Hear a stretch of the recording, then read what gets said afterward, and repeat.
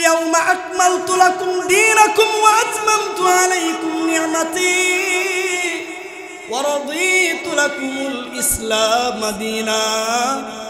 আল্লাহ বলেন আজকে আমি পরিপূর্ণভাবে দ্বীন তোমাদের উপরে পরিপূর্ণ করে দিয়েছি।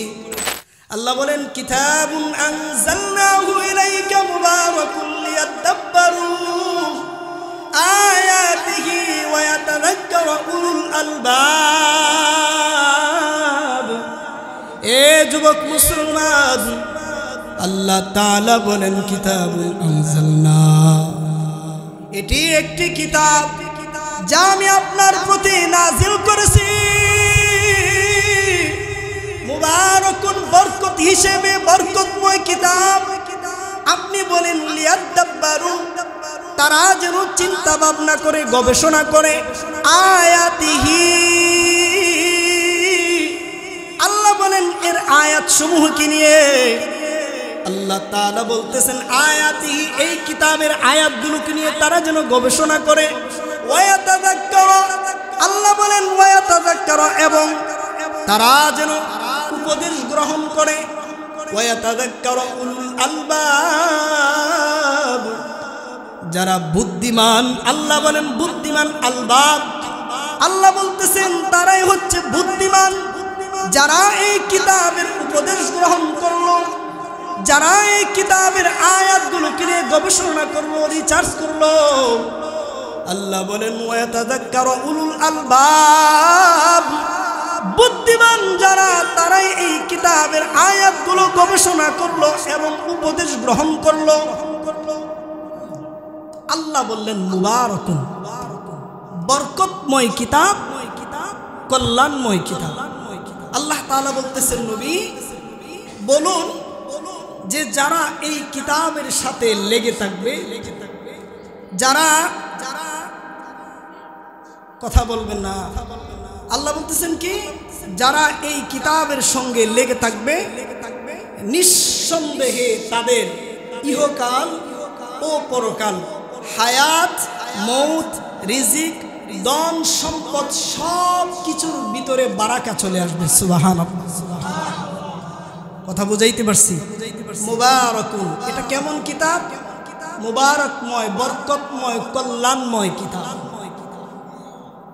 কল্যাণময় কিতাব। যারা এই কিতাবের সঙ্গে থাকবে, আল্লাহ বলেন নিঃসন্দেহে ইহকাল এবং পরকাল, হায়াত, মৌত, রিজিক সব কিছুর ভিতরে একটা বারাকা চলে আসবে। সালেহ আহমদ তাকরিমকে আপনারা চিনেন? একটু কথা বলবেন, চিনেন? হ্যাঁ, চিনেন কিভাবে? সে তো একদম গরিব ঘরের সন্তান, যার বাবা টাকা পয়সা ধন সম্পদ কিচ্ছু নাই। তাহলে তাকে চিনেন কিভাবে? শুধু আপনি না, গোটা পৃথিবীর মানুষ তাকে চিনে। কথা বুঝাইতে পারছি? কেন চিনে? কারণটা কি? কারণ একটাই, আল্লাহ তো বলছেন মুবারাকুন, এই বরকতময় কিতাব, কল্যাণময় কিতাব, যারা এই কিতাবের সঙ্গে থাকবে, লিয়াদাব্বারু, যারা এই কিতাবের আয়াতগুলোকে নিয়ে রিসার্চ করবে, গবেষণা করবে, ওয়াতাযাক্কারু উলুল আলবাব, যারা এর উপদেশ গ্রহণ করবে, বুদ্ধিমান। তো আল্লাহ বলেন ইহকাল পরকাল সবকিছুর ভিতরে বারাকা চলে আসবে। এই কোরআনের বরকতে আল্লাহ তাআলা সালেহ আহমদ তাকরিমের মতন একজন গরিব ঘরের সন্তানকে এতটাই সম্মানী ব্যক্তি হিসেবে কবুল করেছেন, গোটা পৃথিবীর মানুষ তাকে চেনে। সুবহানাল্লাহ। মৃত্যুর রহস্য আল্লাহ তাআলা গোপন রেখেছেন। মরণ আসার আগেই আপনার আমার জিন্দেগিটাকে সুন্দর করে সাজাইতে হবে। আল্লাহ তাআলা আমাদেরকে মরণ আসার আগে যেন নিজেদের জীবনটাকে আলোকিত করতে পারে সেই তৌফিক দান করুন, সকলে বলে আমিন। পবিত্র কোরআন থেকে একটি আয়াত তেলাওয়াত করেছি, রাসূলুল্লাহ সাল্লাল্লাহু আলাইহি ওয়াসাল্লামের হাদিস থেকে একটি হাদিস আপনাদের মাঝে পাঠ করেছি।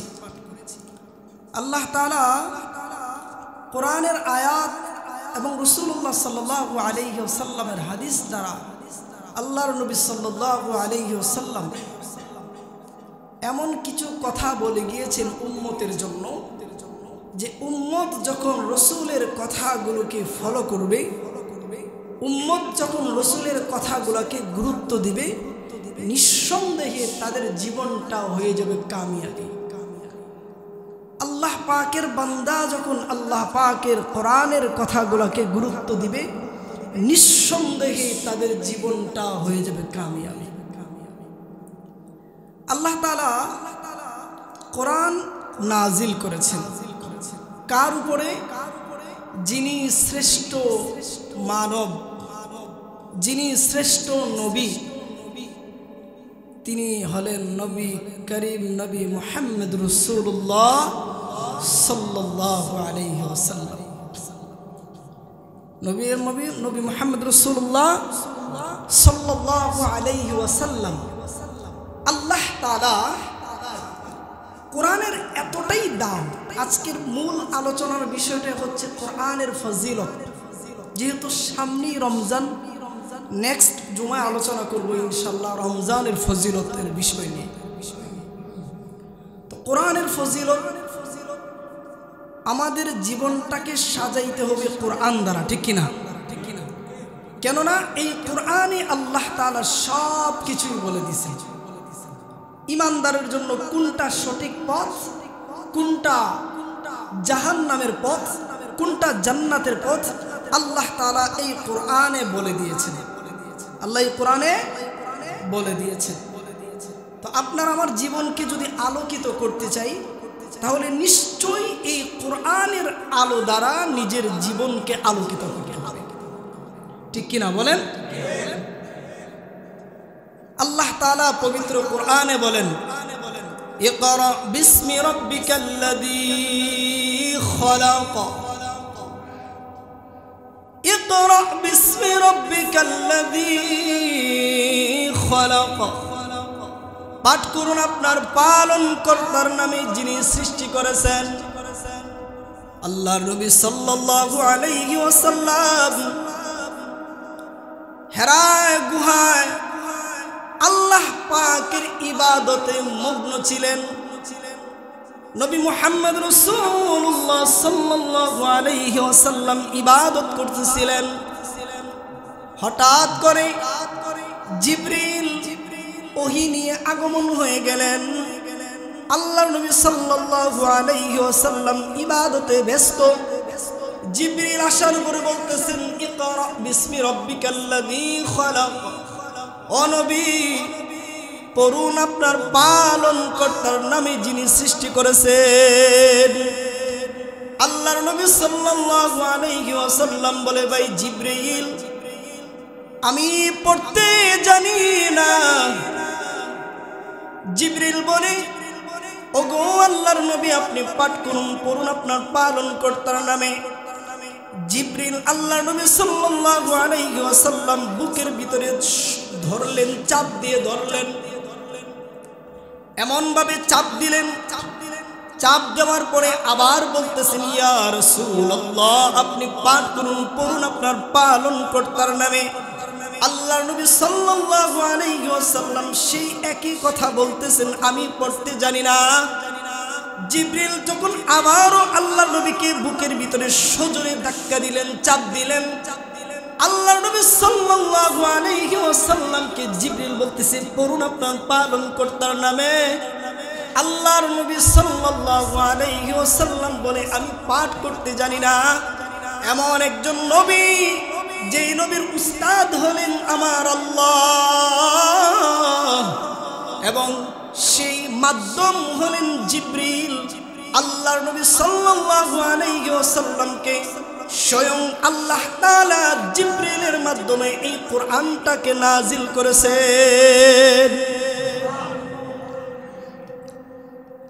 জিবরিল বলে, ইয়া রাসূলুল্লাহ, পাঠ করুন আপনার পালনকর্তার নামে যিনি সৃষ্টি করেছেন, যিনি আপনাকে সৃষ্টি করেছেন। আল্লাহর নবী সাল্লাল্লাহু আলাইহি ওয়াসাল্লাম বলেন, আমি তোমাদের জন্য দুইটা জিনিস রেখে যাচ্ছি। আল্লাহর নবী বলেন, আমি তোমাদের জন্য দুইটা জিনিস রেখে যাচ্ছি। যখন তোমরা এই দুইটা জিনিসকে আঁকড়ে ধরে রাখবা, নিঃসন্দেহে তোমরা পথভ্রষ্ট হইবা না, কশ্চিন কালেও তোমরা পথভ্রষ্ট হইবা না। কি সেই দুইটা জিনিস? আল্লাহ নবী সাল্লাল্লাহু আলাইহি ওয়াসাল্লাম বলতেছেন, লান তাদিল্লু মা তামাসসাকতুম বিহিমা, লান তাদিল্লু মা তামাসসাকতুম বিহিমা। আমি তোমাদের জন্য দুইটা জিনিস রেখে গেলাম, এক আল্লাহ পাকের কিতাব এবং দুই আমি রাসূলের সুন্নাহ। যখন তোমরা এই দুইটা জিনিসকে আঁকড়ে ধরে রাখবা, কশ্চিন কালেও তোমরা পথভ্রষ্ট হইবা। আল্লাহ নবী সাল্লাল্লাহু আলাইহি ওয়াসাল্লাম কি রেখে গেলেন? প্রথমটা হলো আল্লাহ পাকের দেওয়া কিতাব কুরআন, দুই রাসূলের সুন্নাহ। তো আল্লাহ তাআলা এই কোরআনের বিভিন্ন আয়াতে বলতেছেন, কাফেররা বলতেছেন, ওয়াকালাল্লাযীনা কাফারু লা তাসমাউ লিহাদাল কুরআন। কাফেররা বলতেছেন, আল্লাহ কোরআনে বলে দেন, ওয়াকালাল্লাযীনা কাফারু লা তাসমাউ লিহাদাল কুরআনি ওয়ালগাউ ফীহি লাআল্লাকুম তাগলিবুন।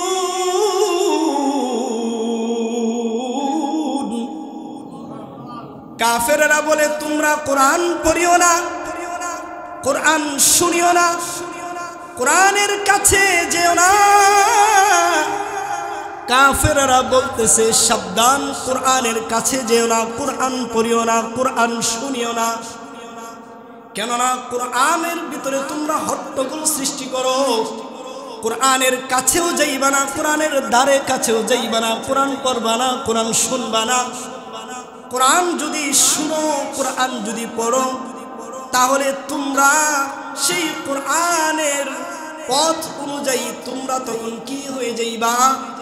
আল্লাহ তাআলা বলতেছেন, আমি ওই কাফেরদের জন্য রেখেছি কঠিন আযাব, কাফেরদের জন্য কঠিন শাস্তি রেখেছি। কে বলতেছেন? আল্লাহ তাআলা। আল্লাহ। এবার আসেন, কাফেররা বলে কোরআন পড়িও না, কোরআন শুনিও না, কোরআনের কাছে যেও না, কোরআনের হট্টগোল সৃষ্টি করো। আল্লাহ বলেন যে কাফেররা কোরআন পড়তে নিষেধ করছে, আমি আল্লাহ কাফেরদের জন্য রেখেছি শাস্তি। কোরআন এমন একটা কিতাব যে কোরআন আল্লাহ তাআলা মাহে রমজান মাসে নাজিল করছেন। আল্লাহ পাক এই রমজানের মর্যাদা, রমজানের বরকত বাড়িয়ে দিয়েছেন, ঠিক কিনা বলেন? কোরআন সৃষ্টি করবেন কোন রাতে, নাজিল করবেন কোন রাতে, সেটা আল্লাহ তাআলা ফয়সালা করেছেন এই শবে বরাতের রাতে। যার কারণে এই দুইটা রাত দামি। এক, আল্লাহ তাআলা কোরআনকে নাজিল করবেন সেটা ফয়সালা করছেন শবে বরাতের রাতে। আল্লাহ তাআলা এই যে ফয়সালা বা এই চিন্তা করছেন, যার কারণে শবে বরাতের মর্যাদা, শবে বরাতের দাম বেড়ে গিয়েছে। এবং এই কোরআনকে আল্লাহ তাআলা নাজিল করেছেন সেটা হচ্ছে শবে কদরের রাত, যার কারণে কোরআনের বরকতে আল্লাহ তাআলা শবে কদরের রাতের মর্যাদা, শবে কদরের রাতের দাম বেড়ে গিয়েছে। সুবহানাল্লাহ, সুবহানাল্লাহ। কোরআনের কেমন দাম, কোরআনের কেমন দাম, কথাগুলা খুব মনোযোগ দিয়ে শুনবেন, কথাগুলা খুব মনোযোগ দিয়ে শুনবেন। দিন আল্লাহ তাআলা আপনার উপর আমার উপর পরিপূর্ণ করে দিয়েছেন। দিন কি করছেন? আল্লাহ তাআলা পরিপূর্ণ করে দিয়েছেন। আল-ইয়াওমা আকমালতু লাকুম দীনাকুম ওয়া আতমামতু আলাইকুম নি'মাতি ওয়া রাদিতু লাকুমুল ইসলাম দীনা। আল্লাহ বলেন, আমি আজকে তোমাদের উপরে দিন পরিপূর্ণ করে দিয়েছি। কি করছি? দিন পরিপূর্ণ করে দিছি। খুব মনোযোগ দিয়ে কথাগুলো শুনবে। আল-ইয়াওমা আকমালতু লাকুম দীনাকুম ওয়া আতমামতু আলাইকুম নি'মাতি ওয়া রাদিতু লাকুমুল ইসলাম দীনা।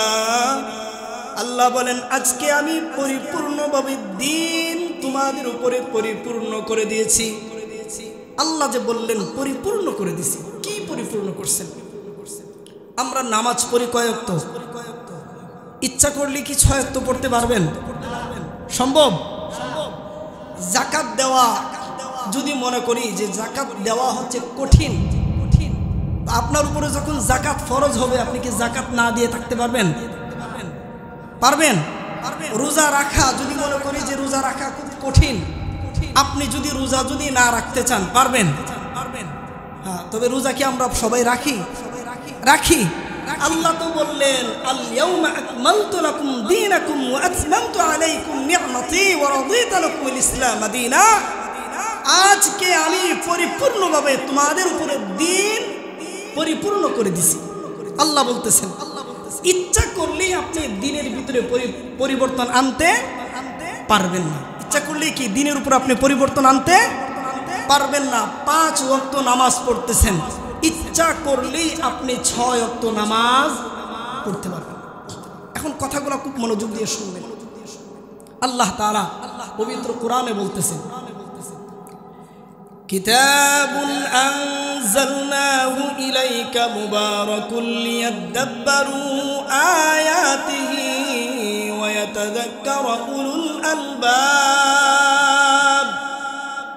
আল্লাহ বলেন কিতাব, এটি একটি কিতাব। আনজালনা, আল্লাহ এখানে বহু বচন বলছেন। আনজালনা, যা আমরা নাজিল করেছি। ইলা, আপনার, কা আপনার প্রতি। ইলা, আল্লাহ বলতেছেন ইলাইকা আপনার প্রতি। কেমন কিতাব? কেমন সেই কিতাব? মুবারাকুন, আল্লাহ বলতেছেন মুবারাকুন, এই কিতাবটা হচ্ছে বরকতময়, কল্যাণময়। কথাগুলো খুব মনোযোগ দিয়ে শুনবেন। আমরা তো কোরআন শরীফ ঘরের ভিতরে রেখেছে দিয়েছি, ধুলো বালু জমতেছে, ধুলো পড়ছে তো পড়ছে, দিনের পর দিন যাচ্ছে, কোরআন ধরছি না, কোরআন পড়ছি না, কোরআন শুনছি না, মনে করছি যে এটা একটা বস্তু পড়ে আছে তো তাক। আল্লাহ বলেন কিতাবুন আনজালনাহু ইলাইকা মুবারাকুল লিয়াদাব্বারু আয়াতিহি ওয়া ইয়াতাযাক্কারা উলুল আলবাব। এ যুবক মুসলমান, আল্লাহ তাআলা বলেন কিতাবুন আনজালনা, এটি একটি কিতাব যা আমি আপনার প্রতি নাজিল করেছি। মুবারাকুন, বরকত হিসেবে বরকতময় কিতাব। আপনি বলেন লিয়াদাব্বারু, তারা যেন চিন্তা ভাবনা করে, গবেষণা করে। আয়াতিহি, আল্লাহ বলেন এর আয়াত সমূহকে নিয়ে। আল্লাহ তাআলা বলতেছেন আয়াতিহি, এই কিতাবের আয়াতগুলোকে নিয়ে তারা যেন গবেষণা করে। ওয়ায়াতাযাক্কারা, আল্লাহ বলেন ওয়ায়াতাযাক্কারা, এবং তারা যেন উপদেশ গ্রহণ করে। ওয়ায়াতাযাক্কারা উলুল আলবাব, যারা বুদ্ধিমান, আল্লাহ বলেন বুদ্ধিমান। আলবাব, আল্লাহ বলতেছেন তারাই হচ্ছে বুদ্ধিমান, যারা এই কিতাবের উপদেশ গ্রহণ করলো, যারা এই কিতাবের আয়াতগুলোকে নিয়ে গবেষণা করলো, রিসার্চ করলো। আল্লাহ বলেন ওয়ায়াতাযাক্কারা উলুল আলবাব, বুদ্ধিমান যারা, তারাই এই কিতাবের আয়াতগুলো গবেষণা করলো এবং উপদেশ গ্রহণ করলো। আল্লাহ বললেন মুবারাকুন, বরকতময় কিতাব, কল্যাণময় কিতাব। আল্লাহ তাআলা বলতেছেন নবী বলুন যে যারা এই কিতাবের সাথে লেগে থাকবে, যারা কথা বলবেন না, আল্লাহ বলতেছেন কি, যারা এই কিতাবের সঙ্গে লেগে থাকবে নিঃসন্দেহে তাদের ইহকাল ও পরকাল, হায়াত, মৌত, রিজিক, ধন সম্পদ সব কিছুর ভিতরে বারাকা চলে আসবে। সুবহানাল্লাহ, কথা বুঝাইতে পারছি? মুবারাকুন, এটা কেমন কিতাব?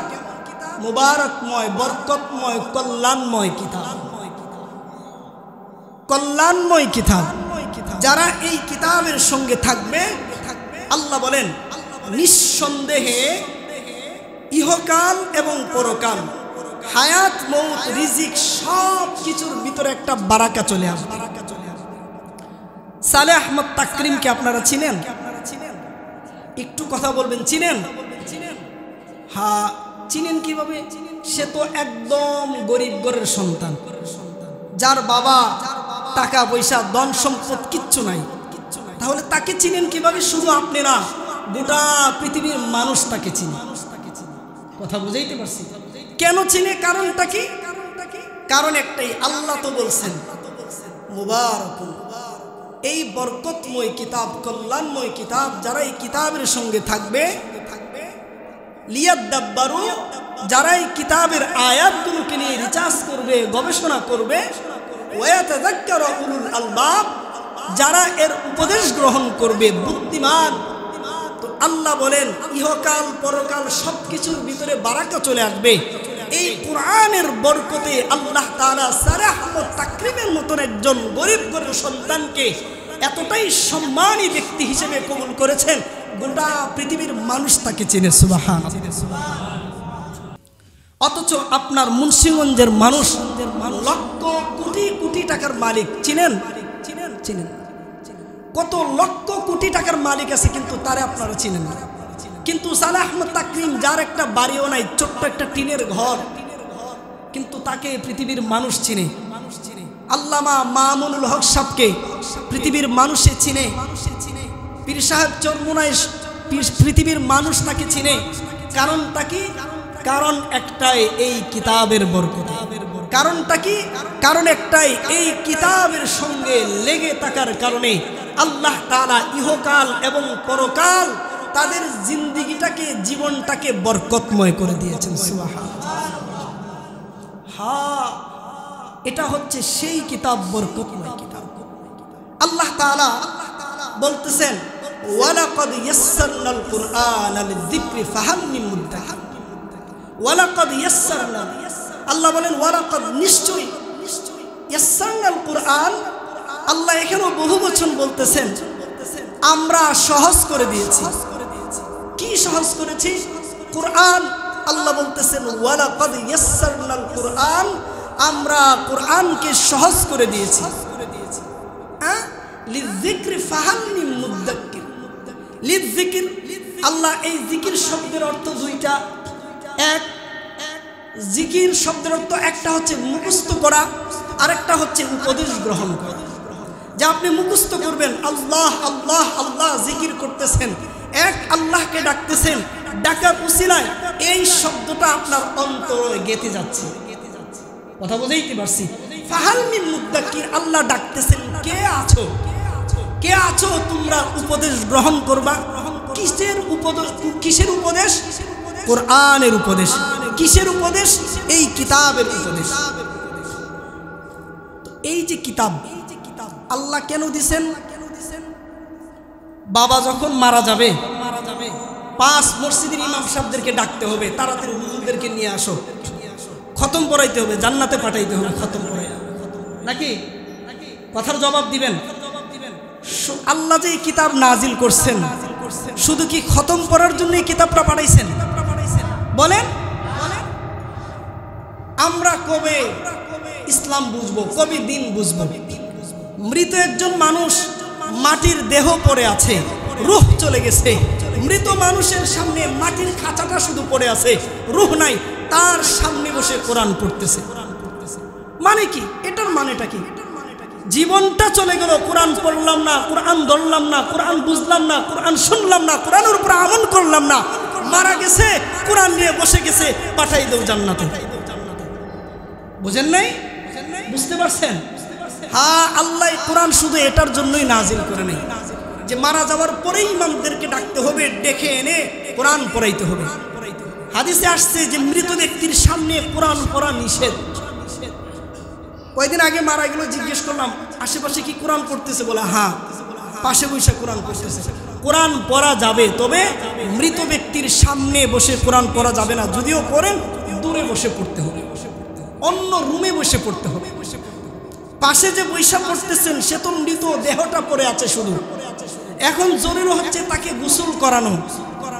মারা গেছে তার সামনে কান্নাকাটি করা যাবে না।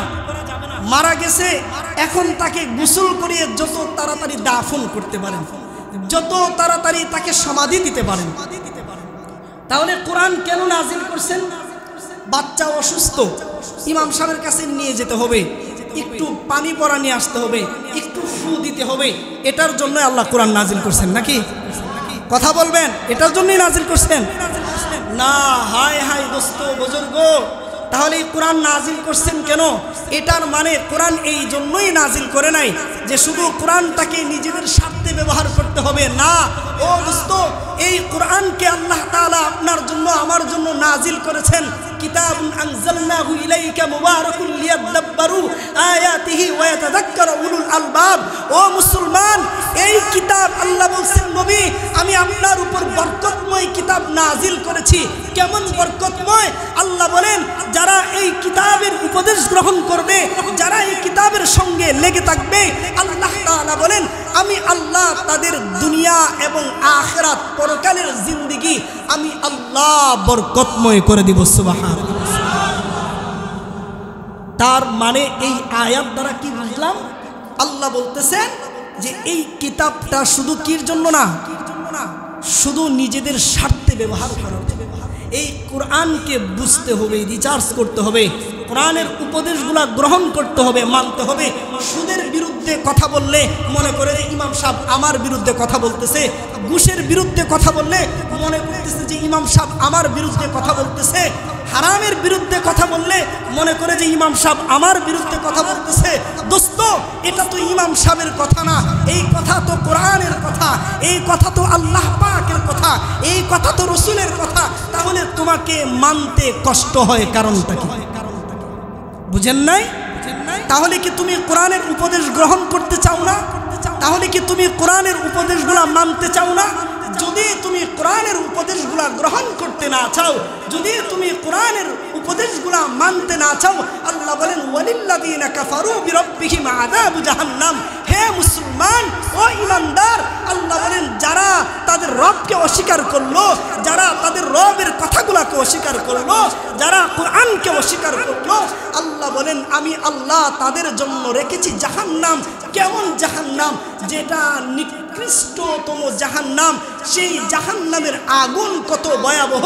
রাসূলুল্লাহ সাল্লাল্লাহু আলাইহি ওয়াসাল্লাম বলেন জাহান্নামের আগুন থেকে যদি জমিনে কোনো এক পাহাড় যদি এক ফোঁটা আগুন যদি ফেলানো হইতো, তাহলে পাহাড়টা মোমের মতন গলে যেত।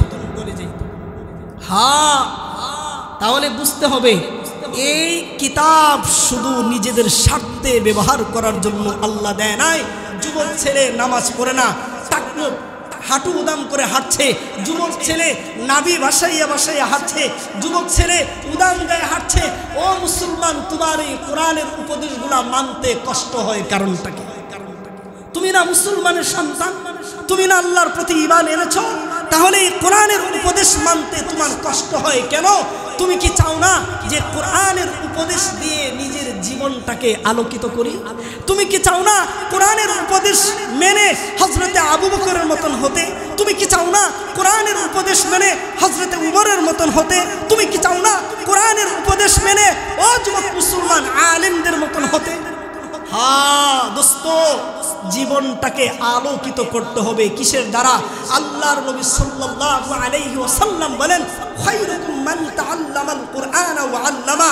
খায়রুন, আল্লাহ বলেন উত্তম, খায়রুকুম মান তাআল্লামাল, আল্লাহ বলতেছেন তোমাদের মধ্যে উত্তম শ্রেষ্ঠ ব্যক্তি ওই, আল্লাহ বলেন তাআল্লামাল কুরআন ওয়া আল্লামা, যে কোরআন শিখলো, ওয়া আল্লামা, এবং অপরকে কোরআন শিক্ষা দিল।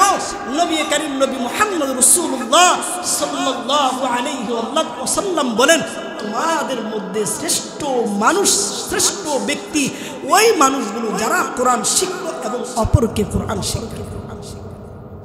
দোস্ত, আলিফ লাম মিম, তিনটা হরফ উচ্চারণ করলে কিতাব শ্রেষ্ঠ কিতাব, এই কিতাব থেকে যদি দূরে সরে থাকেন, এই কিতাবের উপদেশগুলো যদি না মানতে চান, তাহলে নিঃসন্দেহে সফল হইতে পারবেন না। এই জন্য যেহেতু সামনে রমজান আসতেছে, অবশ্যই আপনাকে আমাকে কোরআনের উপদেশগুলো মানতে হবে, কোরআন পড়তে হবে, কোরআন বুঝতে হবে, কোরআন শিখতে হবে। আল্লাহ তাআলা আমাদেরকে কোরআনের উপরে জীবনটাকে আলোকিত করার তৌফিক দান করুন, সকলে বলি আমিন। সম্মানিত প্রিয় উপস্থিতি, আজকে শবে বরাত এমন একটা রাত, যে রাতে আল্লাহ তাআলা মানব সন্তানের পুরা বছরের সব কিছু লিপিবদ্ধ করা হবে, রিজিক, হায়াত, মউত সবকিছু। রাসূলুল্লাহ সাল্লাল্লাহু আলাইহি ওয়াসাল্লাম হাদিস দ্বারা প্রমাণিত। তবে এই রাতকে উদ্দেশ্য করে এমন কিছু করা যাবে না যেটা আমি গুনাহগার হয়ে যাব। এই রাতকে উদ্দেশ্য করে এমন কিছু করা যাবে না যে কারণে আমি গুনাহগার হয়ে যাব। বাচ্চারা হয়তোবা আতশবাজি ফুটায়, বাচ্চারা হয়তোবা এদিক ওদিক ঘুরছে, যুবকরা হয়তোবা এদিক ওদিক ছুটছে, আড্ডা দিচ্ছে, এগুলা করা যাবে না। হ্যাঁ, অবশ্যই আপনি নফল নামাজ পড়তে পারেন, আল্লাহকে ডাকতে পারেন, রোজা রাখতে পারেন, এতে কোনো নিষেধ নাই। কিন্তু এমন কিছু করা যাবে না যেটা করার কারণে আমি গুনাহগার হয়ে যাব। বুঝাইতে পারছি?